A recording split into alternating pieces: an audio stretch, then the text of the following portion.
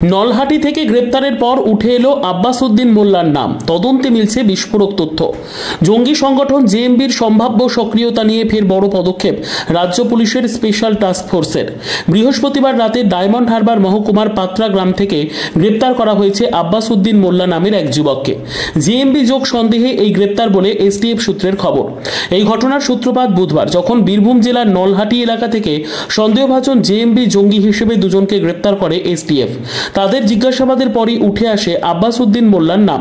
এরপর তৎক্ষণাৎ ডায়মন্ড হারবারে বিশেষ অভিযান চালিয়ে তাকে গ্রেপ্তার করা হয়। শুক্রবার দুপুরে ধৃতকে রামপুরহাট মহকুমা আদালতে তোলা হয়। তদন্তকারীরা তার ভূমিকা ও যোগাযোগ নিয়ে বিস্তারিত তথ্য সংগ্রহে ব্যস্ত।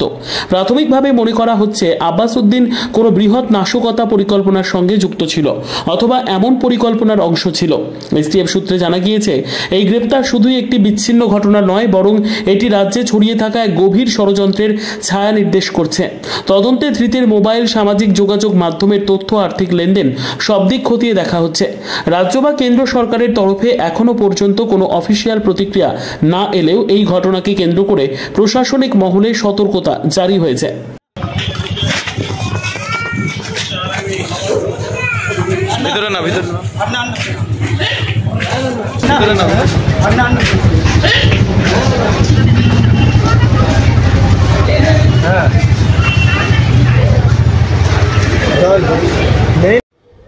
Bureau report, PB news.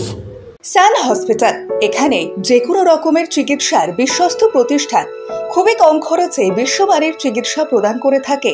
উন্নত মানের ওয়ার্ড কেবিন, পরিষ্কার পরিচ্ছন্ন পরিবেশ দ্বারা সুসজ্জিত চিকিৎসা ব্যবস্থা রয়েছে। এছাড়া স্বাস্থ্যসাথী কাজেও পরিষেবা প্রদান করা হয়। সুতরাং আজই যোগাযোগ করুন সান হসপিটালে। ঠিকানা GT road, Bhangakuthi, Bardhaman. Phone number মনে রাখবেন 9434188262 অথবা 83730954222।